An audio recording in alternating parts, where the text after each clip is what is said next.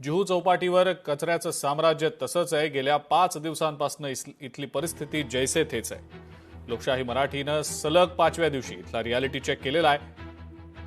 मात्र महानगरपालिकेचा जुहू चौपाटीवर शेख चिल्ली कारभार सुरू असल्याचं दिसतंय।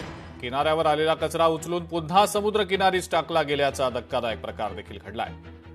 पालिकेच्या कर्मचाऱ्यांकडनं गेल्या 5 दिवसांपासून हा असाच खेळ सुरू आहे आणि हीच बाब लोकशाही मराठीच्या रियालिटी चेकमध्ये समोर आलेली आहे। मुंबईतल्या जुहू चौपाटीवर सध्या कचऱ्याचे ढीग दिसतायत।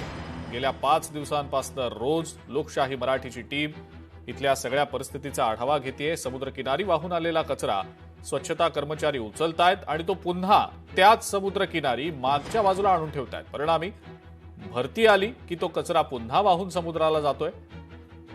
असा हा सगळा शेख चिल्ली पालिकेचा कारभार सध्या पाहायला मिळतोय। त्यामुळे समुद्रकिनारी कचरा उचलण्यासाठी यंत्रणा वाढवली तरी शेख चिल्ली कारभारामुळे समुद्रकिनाऱ्यावरचा कचरा कसा स्वच्छ होणार हा एक संशोधनाचाच विषय आणि याचाच आढावा घेत स्थानिकांसोबत संवाद साधलाय आमचे प्रतिनिधी चेतन ननावरे।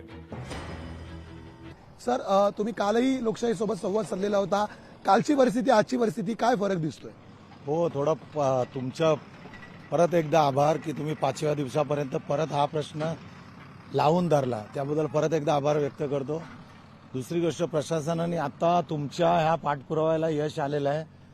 मनुष्यबळ वाढवलेलं आहे, यंत्रसामुग्री थोडी वाढवली, पण हे तोकडं आहे।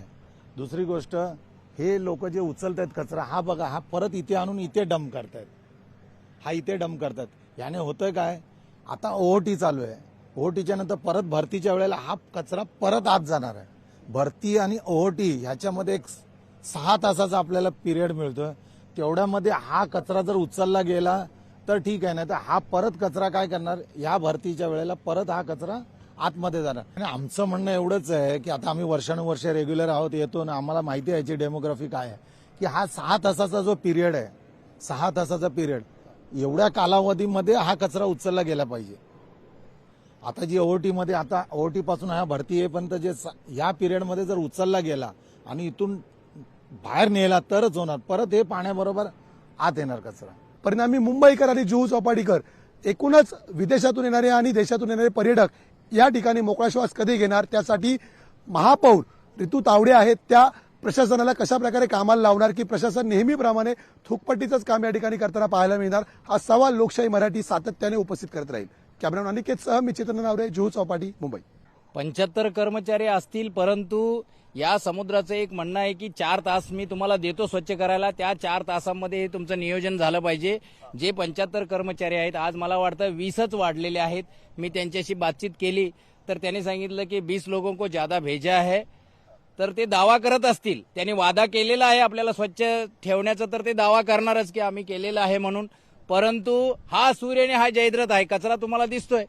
आम्ही गेले 8 दिवस झाले तुमच्या चॅनलने इथे येऊन मुलाखत घेतलेली आहे आणि हा मुद्दा उपस्थित केलेला आहे, आम्ही पण करत आहोत। परंतु हा कचरा जर उचलायची यांची मानसिकता असेल तर लवकर होऊ शकतं, परंतु यांना काय करायचं आहे की याच्यात कोणाला आपल्याला राजकारण आणायचं नाही। आम्ही एक सर्वसामान्य नागरिक आहोत, इथं यांचा आम्हाला त्रास होतो, दुर्गंधी आहे आणि आम्ही इथं थांबलेलो, इथं आमचं एरोबिक्स होतं, परंतु आम्ही नाईलाजानं त्या बाजूला जिथं जागा मिळेल तिथं आम्हाला जावं लागतं।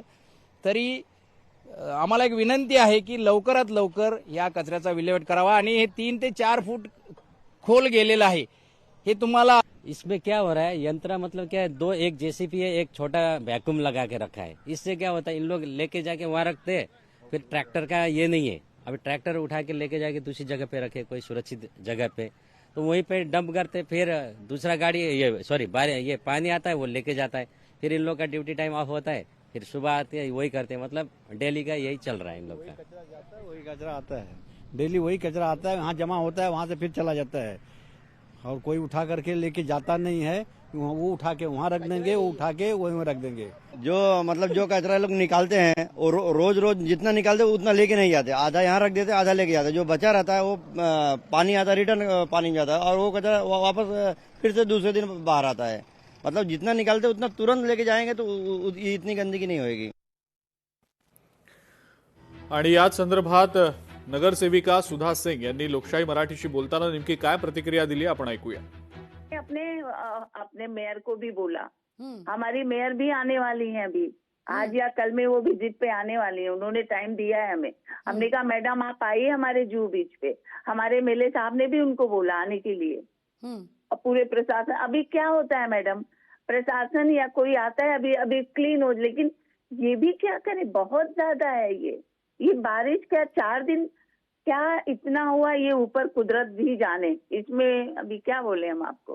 बात हुआ हम लोग का बीएमसी के साथ भी, हमारे स्थानीय एमएलए साहब मुंबई अध्यक्ष अमित साटम जी ने भी उनसे बात किया है, और ये उन्होंने ऑर्डर दिया है, बात नहीं कि ऑर्डर दिया है कि जितना जल्दी, और हमारे हेड ऑफिस से भी ऑफिसर आए हुए थे, उन्होंने भी उस दिन परसों विजिट किया हमारे एमएलए साहब के साथ कि इसको जितना जल्दी हो सके जल्दी से जल्दी इसको क्लियर कराओ।